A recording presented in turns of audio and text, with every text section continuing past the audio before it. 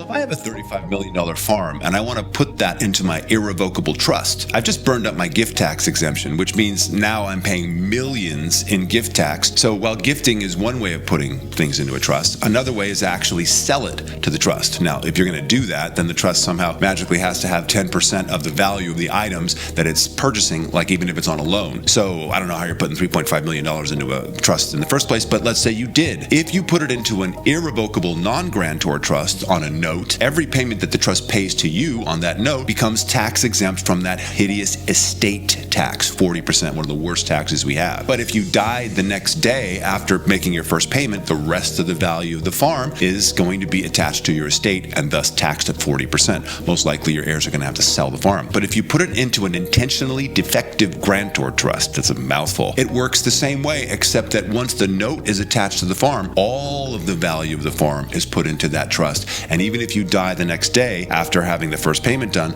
the whole thing is protected, not taxed. And one of the reasons the IRS really wants to get rid of this is because it's really, really great for taxpayers and not so good for the IRS. But Congress is never going to let that be released because they're all using it.